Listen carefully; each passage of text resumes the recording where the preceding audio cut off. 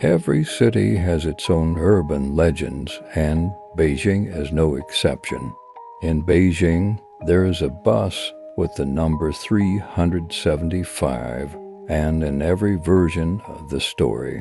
The last stop mentioned on the route is Xiangshan, or Fragrant Hill. However, according to a report from Sina, the last stop of bus route 375 has never been Fragrant Hill, and it is highly unlikely that Fragrant Hill would be the final destination for the bus.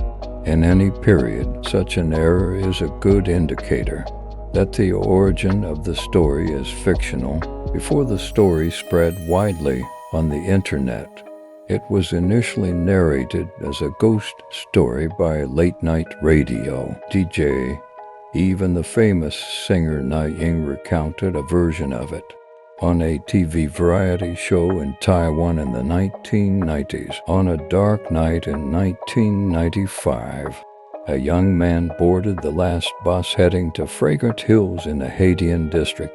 Shortly after, the driver noticed two people trying to flag down the bus on the roadside, initially hesitant because they were not waiting at the bus stop. The driver was reassured by the kind-hearted conductor, who explained that this was already the last bus. The driver then let them on board. Other passengers looked on as the two individuals wearing official robes from the Qing dynasty, 1644 to 1911, and supporting a third person with hanging hair boarded the bus. Their faces were much paler than that of an ordinary person, and they remained silent. The other passengers watched with concern.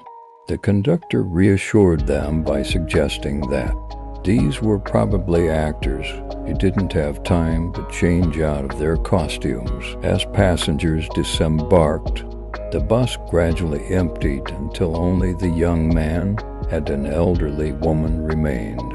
The elderly woman suddenly claimed that her wallet was missing and accused the young man of being the thief. A heated argument ensued, and the elderly woman insisted they immediately get off the bus and go to the nearest police station to resolve the matter. As the bus moved, the young man became angry when they couldn't see a police station in sight. In response, the elderly woman said, "I saved your life, young man." The newcomers on the bus were not human. They were ghosts. You've lost your mind.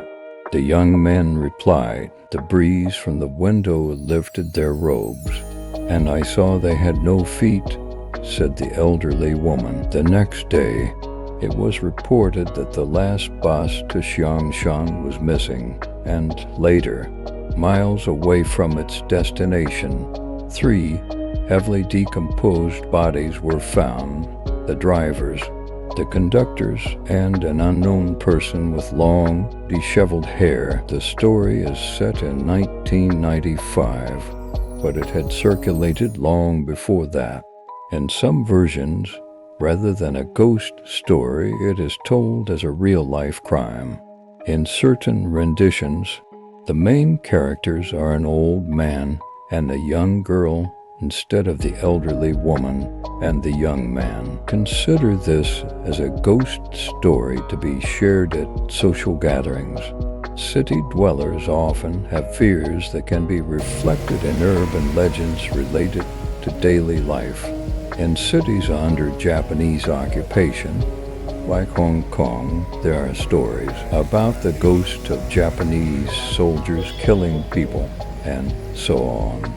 Boarding the last bus home appears risky and dangerous for urban residents, so these fears are depicted in ghost stories to help people cope with everyday work life.